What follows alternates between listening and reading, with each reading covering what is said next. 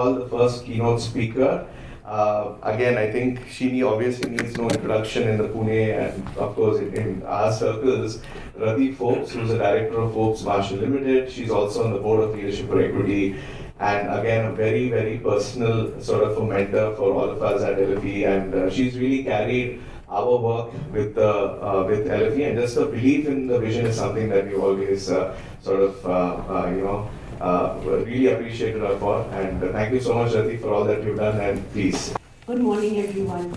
It gives me so much pleasure to be here at the 5th anniversary of Leadership for Equity's Conclave. And I think there are going to be several eminent speakers and panelists throughout the day who are going to talk about relevant and crucial issues around education. So I thought it would be more meaningful for me to make this very personal and tell you a little bit about why we as an organization, Forbes Marshall, and I personally have always felt the importance of supporting and continuing to support an organization such as LFE and its vision. It's hard to believe that it's actually, I think, about 7 years, Madhukar, since Anu, Meher, we all got together, and it all started with Pune City Connect, and it was lovely to see some of the ladies here this morning. And then we had many, many dialogues. From the word go, I realized that the key goals of this fledgling organization were ones that were really bold and, might I say, pretty audacious. Most people don't want to work with government, don't want to work with system, and personally I find that whenever we have worked with government, in particular PCMC and now in CADE, we have only found it to be a win-win situation. I'm not saying this because there are government people in the room. I truly believe that without holding hands with our local government functionaries, we have never been able to really make success happen for our end audience, which is mainly our children, our women, and our families that we serve. Reports have often talked about, we all read ASER, etc., about the decline in learning outcomes sadly worsened by the pandemic, data around dropout rates in secondary education being consistently high. We also know that 85% of our schools today are located in our rural areas, with 75% of teachers also serving in rural locations. There continue to be in our country 1.1 lakh single teacher schools in the country, with 89% of these again being in the rural areas. This is all data which I'm just quoting from the 2020 ASER report. I could go on, but the bottom line is that the most vulnerable and the vast majority of the poorest of our country's children face education inequities, only a few of which I have mentioned. And it's often kept me wondering, and this is very genuine and heartfelt, why can't it be a fundamental right for every child in our country to access the same quality of education that the large majority of us in this audience either provide to our children or have had access to? Why is it that many of our children continue to go to schools which don't have electricity? 15% of our schools in our country are still not even electrified, while some fancy urban schools have air-conditioned classrooms. And why is it that gross teacher absenteeism is taken as a given? In Jharkhand, for example, teachers are absent almost 46% of the time, whereas we know that in our children's school, there's always a substitute teacher even on one day of absenteeism. I believe that there are a myriad of such challenging and complex issues within our system. One can't be looked at in isolation from another, and that is why working with a systems change lens, to my mind, is so very vital. I think Leadership for Equity started with this simple but bold premise of helping build and work with the capacity building of government system leaders, who in turn would then have the ability to influence systems and processes in the broader education system. Why did we decide to support LFE from its very inception? I'll just list top 3 reasons. At Forbes Marshall, and in particular in our foundation arm, one of our key goals is to effect ecosystem impact by partnering with organizations working towards making positive and sustainable systemic change happen. So LFE certainly does that.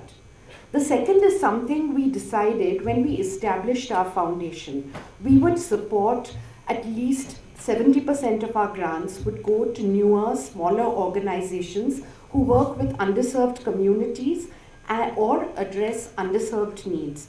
With smaller, sustained grant amounts, also looking at those organizations which most funders and CSRs don't want to take a bet on and would be reluctant to support. And finally, a key focus of our grant making is what we call supporting the resilience of a robust social sector.